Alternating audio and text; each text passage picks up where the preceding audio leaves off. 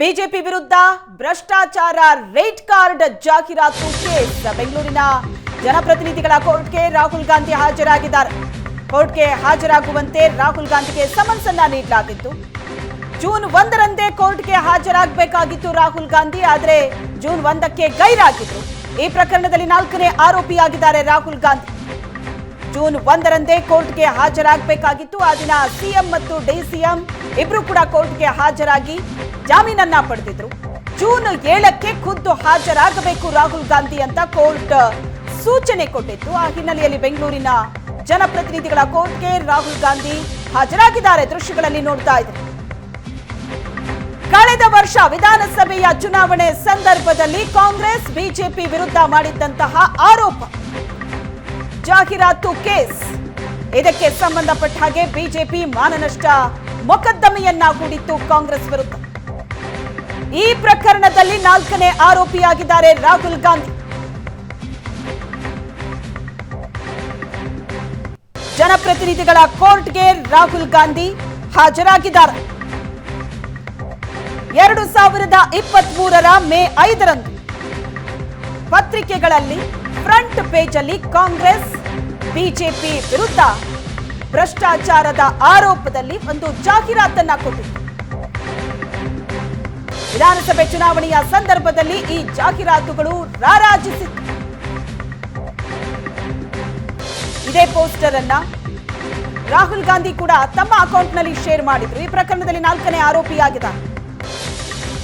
2023ರ ಚುನಾವಣೆ ವೇಳೆ ಬಿಜೆಪಿ ವಿರುದ್ಧ ಕಾಂಗ್ರೆಸ್ ಜಾಹೀರಾತನ್ನ ಹಾಕಿತ್ತು, ಗಂಭೀರ ಆರೋಪವನ್ನ ಮಾಡಿತ್ತು. ಸಿಟ್ಟಿಗೆದ್ದಂತಹ ಬಿಜೆಪಿ ಮಾನನಷ್ಟ ಮೊಕದ್ದಮೆ ಹೂಡಿತ್ತು. ಈ ಬಗ್ಗೆ ಹೆಚ್ಚಿನ ಡೀಟೇಲ್ಸ್ ಕೊಡ್ತಾರೆ ನಮ್ಮ ಪ್ರತಿನಿಧಿ ಚೇತನ್ ಸಂಪರ್ಕದಲ್ಲಿದ್ದಾರೆ. ಚೇತನ್, ಈ ಪ್ರಕರಣದಲ್ಲಿ 4ನೇ ಆರೋಪಿಯಾಗಿರುವಂತಹ ರಾಹುಲ್ ಗಾಂಧಿ ಈಗ ಜನಪ್ರತಿನಿಧಿಗಳ ಕೋರ್ಟ್ಗೆ ಹಾಜರಾಗಿದ್ದಾರೆ. ಏನೆಲ್ಲ ಪ್ರಕ್ರಿಯೆಗಳು ನಡೆಯುತ್ತೆ?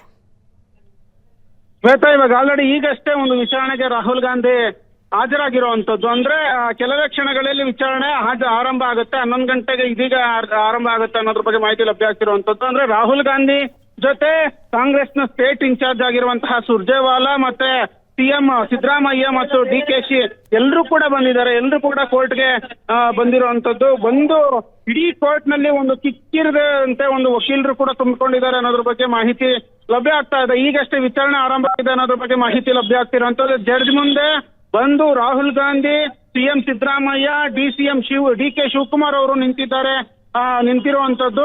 ಮತ್ತೆ ರಾಹುಲ್ ಇವಾಗ ಆಲ್ರೆಡಿ ಒಂದು ಜಾಮೀನು ಕೋರಿ ಅರ್ಜಿಯನ್ನು ಸಲ್ಲಿಸಿದ್ದಾರೆ ಅನ್ನೋದ್ರ ಬಗ್ಗೆನೂ ಕೂಡ ಮಾಹಿತಿ ಲಭ್ಯ ಆಗ್ತಿರುವಂತದ್ದು. ಒಟ್ಟಿನಲ್ಲಿ ಕೋರ್ಟ್ ಕಟಕಟೆ ಏನಿದೆ ಅಲ್ಲಿ ರಾಹುಲ್ ಗಾಂಧಿ, ಸಿದ್ದರಾಮಯ್ಯ, ಡಿಕೆ ಶಿವಕುಮಾರ್ ಎಲ್ಲರೂ ಕೂಡ ಬಂದು ಜಡ್ಜ್ ಮುಂದೆ ನಿಂತಿದ್ದಾರೆ ಅನ್ನೋದ್ರ ಬಗ್ಗೆ ಮಾಹಿತಿ ಲಭ್ಯ ಆಗ್ತಿರುವಂತದ್ದು. ಈಗ ವಿಚಾರಣೆ ಕೂಡ ಆರಂಭವಾಗಿರುವಂತದ್ದು. ರಾಹುಲ್ ಗಾಂಧಿ ಬೇಲ್ಗೆ ಅಪ್ಲಿಕೇಶನ್ ಅನ್ನು ಕೂಡ ಈ ವೇಳೆಯಲ್ಲಿ ತಮ್ಮ ವಕೀಲರ ಮುಖಾಂತರ ಅರ್ಜಿಯನ್ನು ಕೂಡ ಹಾಕಿರುವಂತದ್ದು. ಶ್ವೇತಾ, ಓಕೆ, ಲೋಕಸಭೆ ಚುನಾವಣೆ ಮುಗಿದಿದೆ, ಫಲಿತಾಂಶ ಹೊರಬಿದ್ದಿದೆ. ಸಹಜ ಕಾಂಗ್ರೆಸ್ ನಿರೀಕ್ಷೆ ಬಹಳ ಈಗ ಜೋರಾಗಿತ್ತು, ಯಾಕಂದ್ರೆ ಫಲಿತಾಂಶ ಅಷ್ಟೊಂದು ಕಾನ್ಫಿಡೆನ್ಸ್ ಅನ್ನ ಕಾಂಗ್ರೆಸ್ಗೆ ಕೊಟ್ಟಿದೆ. ಈ ಸಂಭ್ರಮದಲ್ಲಿ ಈಗ ಈ ಕೇಸನ್ನ ಎದುರಿಸಬೇಕಾದಂತಹ ಪರಿಸ್ಥಿತಿ ಹೇಗಿದೆ ಇದು ಕಾಂಗ್ರೆಸ್ ಪಾಳ್ಯದಲ್ಲಿ? ಅಂದ್ರೆ ಶ್ವೇತಾ, ಇವಾಗ ಆಲ್ರೆಡಿ ರಾಹುಲ್ ಗಾಂಧಿ ಈ ಪ್ರಕರಣದಲ್ಲಿ ಬೇಲ್ ಸಿಗುವಂತಹ ಸಾಧ್ಯತೆಗಳು ತುಂಬಾ ಹೆಚ್ಚಾಗಿ ಕಂಡು ಬರ್ತಿರುವಂತದ್ದು. ಯಾಕಂದ್ರೆ ಇದು ಬೇಲಬಲ್ ಅಫೆನ್ಸ್ ಆಗಿರುತ್ತೆ.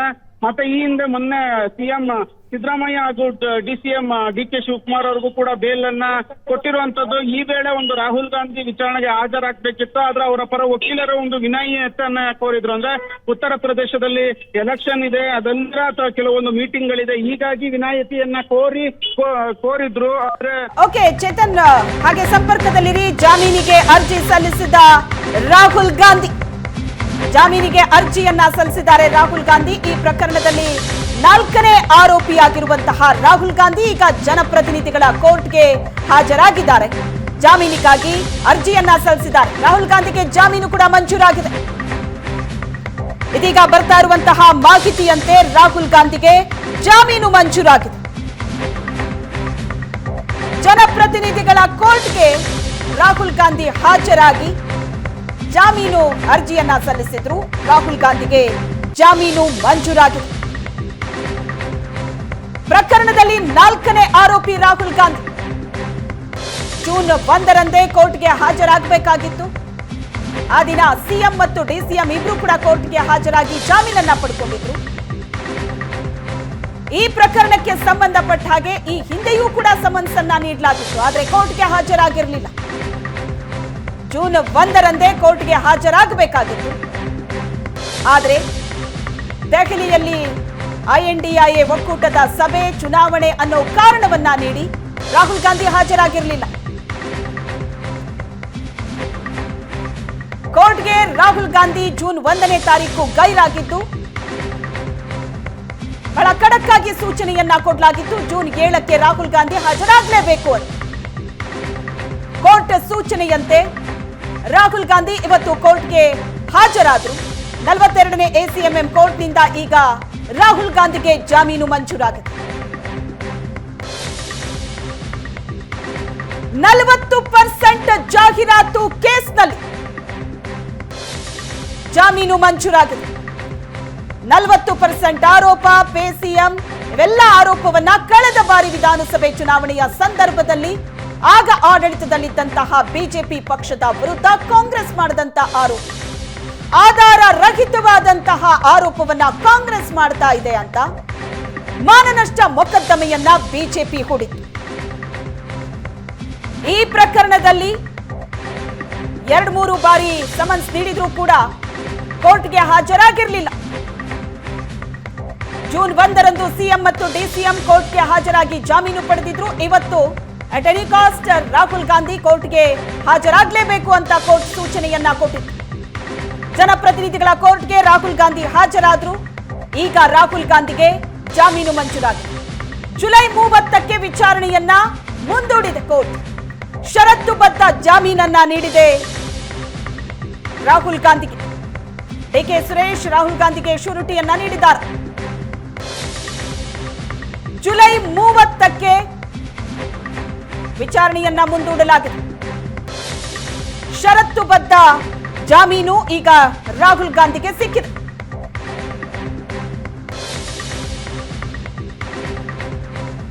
ಮಾನನಷ್ಟ ಕೇಸ್ನಲ್ಲಿ ಕೆಪಿಸಿಸಿ, ಸಿಎಂ, ಡಿಸಿಎಂ ಆರೋಪಿಗಳು. ಇದೇ ಕೇಸ್ನಲ್ಲಿ 4ನೇ ಆರೋಪಿ ರಾಹುಲ್ ಗಾಂಧಿ.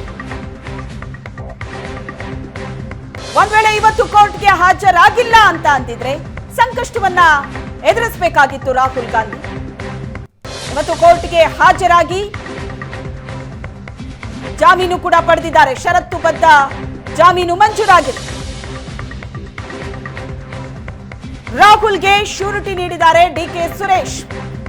42ನೇ ACMM ಕೋರ್ಟ್ನಿಂದ ಜಾಮೀನು ಮಂಜೂರಾಗಿದೆ. ಜುಲೈ 30ಕ್ಕೆ ವಿಚಾರಣೆ ಮುಂದೂಡಿಕೆ ಆಗಿದೆ. ಕೋರ್ಟ್ನ ಹೊರಗಡೆ ಯಾವ ರೀತಿಯಾದಂತಹ ದೃಶ್ಯ ಇದೆ ಅನ್ನೋದನ್ನ ಕೂಡ ನೋಡ್ತಾ ಇದ್ದೀವಿ. ಈ ಪ್ರಕರಣದಲ್ಲಿ ರಾಹುಲ್ ಗಾಂಧಿ ಬೆಂಗಳೂರಿಗೆ ಬಂದು ಕೋರ್ಟ್ ಮುಂದೆ ಹಾಜರಾಗಬೇಕಾಯಿತು. 75 ಲಕ್ಷ ಮೌಲ್ಯದ ಶ್ಯೂರಿಟಿಯನ್ನ ಡಿಕೆ ಸುರೇಶ್ ನೀಡಿದ್ದಾರೆ ರಾಹುಲ್. ಜುಲೈ 30ಕ್ಕೆ ವಿಚಾರಣೆ ಮುಂದೂಡಿಕೆ ಆಗಿದೆ.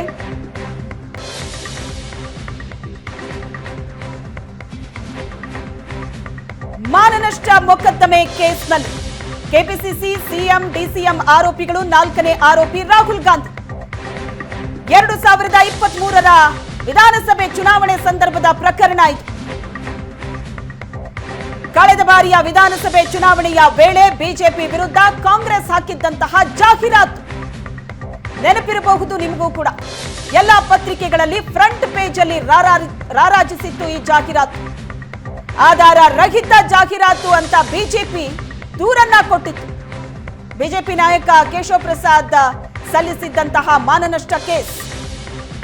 ಕಾಂಗ್ರೆಸ್ ಮಾಡ್ತಾ ಇರುವಂತಹ ಈ ಆರೋಪ ಆಧಾರ ರಹಿತ ಅಂತ ಬಿಜೆಪಿ ಹೇಳಿತ್ತು. ಬಿಜೆಪಿ ವಿರುದ್ಧದ ಜಾಹೀರಾತನ್ನ ರಾಹುಲ್ ಗಾಂಧಿ ಶೇರ್ ಮಾಡಿದ್ರು.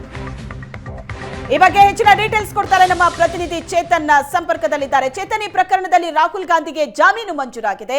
ಷರತ್ತುಬದ್ಧ ಜಾಮೀನು, ಏನೇನು ಷರತ್ತುಗಳನ್ನ ಹಾಕಿದೆ ಕೋರ್ಟ್? ಇದು ಶ್ವೇತಾ, ಷರತ್ತುಗಳು ವಿಚಾರಣೆಗೆ ಇಮಿಡಿಯೇಟ್ಲಿ ಅಂದ್ರೆ ಯಾವಾಗ ವಿಚಾರಣೆಗೆ ಕರೆದ್ರು ಕೂಡ ಹಾಜರಾಗಬೇಕು ಅನ್ನೋದ್ರ ಒಂದು ಷರತ್ತು ವಿಧಿಸಿರುವಂತದ್ದು. ಅದಲ್ದಿರೆ 75 ಲಕ್ಷ ಮೌಲ್ಯದ ಒಂದು ಬಾಂಡ್ ಅನ್ನು ಕೂಡ ಇವಾಗ ಆಲ್ರೆಡಿ ಡಿ ಕೆ ಸುರೇಶ್ ಅವರು ಶ್ಯೂರಿಟಿಗೆ ಕೊಟ್ಟಿರುವಂತದ್ದು. ಇವಾಗ ಆಲ್ರೆಡಿ ವಿಚಾರಣೆಯೂ ಕೂಡ ಮುಗಿದಿದೆ. ವಿಚಾರಣೆಯನ್ನ ಮುಗಿಸಿ ಕೋರ್ಟ್ನಿಂದ ರಾಹುಲ್ ಗಾಂಧಿ, ಸಿಎಂ ಸಿದ್ದರಾಮಯ್ಯ ಮತ್ತೆ DCM DK ಶಿವಕುಮಾರ್ ಅವರು ಕೂಡ ತೆರಳಿರುವಂತದ್ದು. ವಿಚಾರಣೆಗೆ ಯಾವಾಗ ಕರೆದ್ರು ಕೂಡ ಹಾಜರಾಗಬೇಕು. ಚುನಾವಣೆ ಇದೆ, ಬೇರೆ ಮೀಟಿಂಗ್ಸ್ ಇದೆ ಅಂತ ಅಂದ್ಬಿಟ್ಟು ವಿನಾಯಿತಿಯನ್ನ ಕೋರೋ ಹಾಗಿಲ್ಲ. ಅದಕ್ಕೆ ವಿನಾಯಿತಿ ಇರಲ್ಲ ಅನ್ಲೆಸ್ ಎಮರ್ಜೆನ್ಸಿ, ಅಂದ್ರೆ ಎಮರ್ಜೆನ್ಸಿಯನ್ನ ಹೊರತುಪಡಿಸಿ ಯಾವುದೇ ರೀತಿಯಾದಂತ ವಿನಾಯಿತಿಯನ್ನ ಕೋರ್ಟ್ ಕೊಡೋ ಹಾಗಿಲ್ಲ. ಯಾವುದೇ ಕಾರಣಗಳನ್ನ ಹೇಳದೆ ಇನ್ಮೇಲೆ ವಿಚಾರಣೆಗೆ ಕರೆದ್ರೆ ವಿಚಾರಣೆಗೆ ಹಾಜರಾಗಬೇಕು. ಹೀಗೆ ಸಾಕಷ್ಟು ಒಂದು ಷರತ್ತುಗಳನ್ನ ವಿಧಿಸಿ ಇದೀಗ ಜಾಮೀನನ್ನ ಕೊಟ್ಟಿರುವಂತದ್ದು. ಅಂದ್ರೆ ಈ ಹಿಂದೆ ವಿಧಾನಸಭೆ ಚುನಾವಣೆ ಟೈಮಲ್ಲಿ ನಡೆದಂತ PCM ಪೋಸ್ಟರ್ ಏನಿದೆ, ಈ ಪ್ರಕರಣಕ್ಕೆ ಸಂಬಂಧಪಟ್ಟಂತೆ ಬಿಜೆಪಿ ವಿರುದ್ಧ ನಾನಾ ಒಂದು ಮಾನಹಾನಿ ಪೋಸ್ಟರ್ ನ ಹಾಕ್ಲಾಗಿತ್ತು. ಮಾನ ನಷ್ಟ ಆಗಿದೆ ಅಂತ ಅಂದ್ಬಿಟ್ಟು ಬಿಜೆಪಿ ಕಡೆಯಿಂದನೂ ಕೂಡ ಒಂದು ಕೋರ್ಟ್ ನಲ್ಲಿ ದಾವೆಯನ್ನು ಕೂಡ ಹೂಡಲಾಗಿತ್ತು. ಇದೀಗ ವಿಚಾರಣೆಯನ್ನ ಮುಗಿಸಿದ್ದಾರೆ, ಮತ್ತೆ ಅವರು ಮನವಿಯನ್ನು ಕೂಡ ಮಾಡಿರುವಂತದ್ದು. ಬೇಲ್ಗೆ ಇಮಿಡಿಯೇಟ್ಲಿ ಅಪ್ಲಿಕೇಶನ್ ಅನ್ನು ಕೂಡ ರೆಡಿ ಮಾಡಿ ಇಟ್ಕೊಂಡಿದ್ರು, ಮತ್ತೆ ಶ್ಯೂರಿಟಿಯನ್ನು ಕೂಡ ಸ್ವತಃ DK ಸುರೇಶ್ ಅವರು ಕೊಟ್ಟಿರುವಂತದ್ದು. ಹೀಗೆ ಶ್ಯೂರಿಟಿ ಮತ್ತೆ ಕೆಲವೊಂದು ಷರತ್ತುಗಳನ್ನ ನೀಡಿ ಇದೀಗ ಕೋರ್ಟ್ ಜಾಮೀನನ್ನ ಕೊಟ್ಟಿರುವಂತದ್ದು. ಜಾಮೀನನ್ನ ಪಡೆದು ರಾಹುಲ್ ಗಾಂಧಿ ಹೊರಗಡೆ ಹೊರಟಿದ್ದಾರೆ ಅನ್ನೋದ್ರ ಬಗ್ಗೆ ಮಾಹಿತಿ ಲಭ್ಯ ಆಗ್ತಿರುವಂತದ್ದು. ಹೊರಗಡೆ ರಾಹುಲ್ ಗಾಂಧಿ ಬರ್ತಿದ್ದಂತೆ ಇಲ್ಲಿ ಕಾರ್ಯಕರ್ತರೇನು ತುಂಬಿದ್ರು, ಅವರೆಲ್ಲರೂ ಕೂಡ ರಾಹುಲ್ ಗಾಂಧಿ ಪರ ಒಂದು ಜಯಘೋಷವನ್ನ ಹಾಕ್ತಿರುವಂತದ್ದು. ಈಗಷ್ಟೇ ವಿಚಾರಣೆಯನ್ನ ಮುಗಿಸಿ ಹೊರಗಡೆ ಬರ್ತಿರುವಂತದ್ದು. ಮತ್ತೆ ಎಲ್ಲ ಒಂದು ಕಾರ್ಯಕರ್ತರು ಸಾಕಷ್ಟು ಸಂಖ್ಯೆಯಲ್ಲಿ ಮೈಸೂರು ರಸ್ತೆಯ ಸಿಟಿ ಸಿವಿಲ್ ಕೋರ್ಟ್ ಆವರಣ ಏನಿದೆ ಅಲ್ಲಿ ಕಿಕ್ಕಿರಿದು ತುಂಬಿದ್ದಾರೆ. ರಾಹುಲ್ ಗಾಂಧಿ ಹೊರಗಡೆ ಬರ್ತಿದ್ದಂತೆ ರಾಹುಲ್ ಗಾಂಧಿಗೆ ಒಂದು ಜಯಘೋಷವನ್ನ ಹಾಕ್ತಿರುವಂತದ್ದು. ಈಗಷ್ಟೇ ಒಂದು ಬೇಲನ್ನ ಪಡೆದು ರಾಹುಲ್ ಗಾಂಧಿ ಕೋರ್ಟ್ ಇಂದ ಆಚೆ ಬರ್ತಿರುವಂತದ್ದು. ಬಂದು ಹೊರಟು ಅವರ ಒಂದು ಕೆಲಸಗಳೇನಿದೆ ಅದನ್ನ ಮಾಡ್ತಾರೆ. ಇನ್ನು ಕೋರ್ಟ್ ವಿಚಾರಕ್ಕೆ ಬರೋದಾದ್ರೆ ಇಮಿಡಿಯೇಟ್ಲಿ ವಿಚಾರಣೆಗೆ ಹಾಜರಾಗಬೇಕು. ಮತ್ತೆ ರೀಸನ್ಸ್ ಅನ್ನ ಹೇಳೋ ಆಗಿಲ್ಲ. ಕೇವಲ ಅನ್ಲೆಸ್ ಎಮರ್ಜೆನ್ಸಿ ವಿನಾಯಿತನ ಹೊರತುಪಡಿಸಿ ಬೇರೆ ಯಾವುದು ಇರೋದಿಲ್ಲ ಅಂತ ಕೋರ್ಟ್ ಸೂಚನೆಯನ್ನ ಕೊಟ್ಟಿರುವಂತದ್ದು. ಸದ್ಯಕ್ಕೆ ರಾಹುಲ್ ಗಾಂಧಿ DK ಶಿವಕುಮಾರ್ ಅವರ ಜೊತೆನೆ ಹೊರಟಿರುವಂತದ್ದು. ಎಲ್ಲ ಕಾರ್ಯಕರ್ತರಿಗೂ ಮಾಧ್ಯಮಗಳಿಗೂ ಕೂಡ ಒಂದು ಕೈ ಬೀಸಿ ರಾಹುಲ್ ಗಾಂಧಿ ತೆರಳುತ್ತಿರುವಂತದ್ದು. ಶ್ವೇತಾ, ಓಕೆ, ಈಗ ಜುಲೈ 30ಕ್ಕೆ ವಿಚಾರಣೆಯನ್ನ ಮುಂದೂಡಿಕೆ ಮಾಡಲಾಗಿದೆ. ಅಂದ್ರೆ ಜುಲೈ 30ಕ್ಕೂ ಕೂಡ ರಾಹುಲ್ ಗಾಂಧಿ ಮತ್ತೆ ಹಾಜರಿರಬೇಕಾಗತ್ತಾ ಹೇಗೆ? ಅಂದ್ರೆ ವಿಚಾರಣೆಗೆ ಅಂದ್ರೆ ಯಾವ ರೀತಿ ವಿಚಾರಣೆ ಮಾಡ್ತಾರೆ ಮತ್ತೆ ಯಾರ ವಿಚಾರಣೆ ಬಾಕಿ ಇದೆ ಅನ್ನೋದನ್ನ ನೋಡ್ಬೇಕಾಗತ್ತೆ. ಅಂದ್ರೆ ಈ ಒಂದು ಪ್ರಕರಣದಲ್ಲಿ ಕರ್ನಾಟಕ ಪ್ರದೇಶ ಕಾಂಗ್ರೆಸ್ ಮೊದಲನೇ ಆರೋಪಿ ಆಗಿದ್ರೆ, DK ಶಿವಕುಮಾರ್ ಮತ್ತೆ CM A2 ಮತ್ತೆ A3 ಆಗಿದ್ರು, ರಾಹುಲ್ A4 ಆಗಿದ್ರು. ಅಂದ್ರೆ ರಾಹುಲ್ ಗಾಂಧಿಯ ವಿಚಾರಣೆಯ ಅಗತ್ಯವಿದ್ರೆ ಅವತ್ತಿನ ದಿನ ಅವರು ವಿಚಾರಣೆಗೆ ಬರ್ಬೇಕು, ಅಥವಾ ಇಲ್ಲ ಏನಾದ್ರೂ ಅವಶ್ಯಕತೆ ಇಲ್ಲ ಅಂದ್ರೆ ಅವ್ರಿಗೆ ಏನಾದ್ರೂ ವಿಚಾರಣೆಗೆ ಬರೋ ಆಗಿದ್ರೆ ಪ್ರತ್ಯೇಕವಾಗಿ ಅವ್ರಿಗೆ ಒಂದು ಸೂಚನೆಯನ್ನು ಕೂಡ ಕೊಡ್ತಾರೆ. ವಿಚಾರಣೆ ಓವರ್ ಆಲ್ ಈ ಪ್ರಕರಣದ ವಿಚಾರಣೆಯನ್ನ 30ನೇ ತಾರೀಕು ಕೋರ್ಟ್ ಮುಂದೂಡಿರುವಂತದ್ದು. ಆ ವೇಳೆ ರಾಹುಲ್ ಗಾಂಧಿ ಹಾಜರಾಗ್ಬೇಕಾ ಇಲ್ವಾ ಅನ್ನೋದ್ರ ಬಗ್ಗೆ ಕೋರ್ಟ್ ಸೂಚನೆಯನ್ನ ಕೊಡುತ್ತೆ. ಆ ನಂತರ ಅವರು ಹಾಜರಾಗ್ತಾರೆ.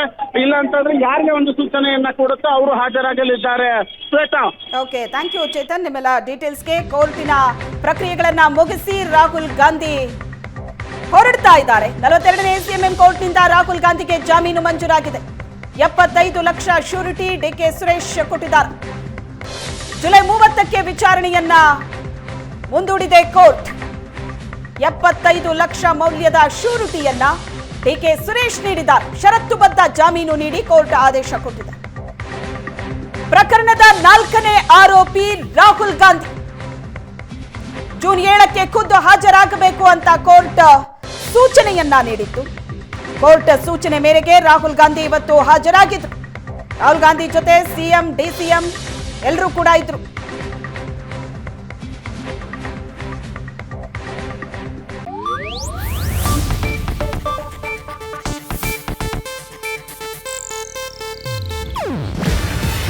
ಇದು ಏಷ್ಯಾನೆಟ್ ನ್ಯೂಸ್ ನೆಟ್ವರ್ಕ್ ಪ್ರಸ್ತುತಿ. ನೀವು ನೋಡ್ತಿದ್ದೀರಾ ಏಷ್ಯಾನೆಟ್ ಸುವರ್ಣ ನ್ಯೂಸ್.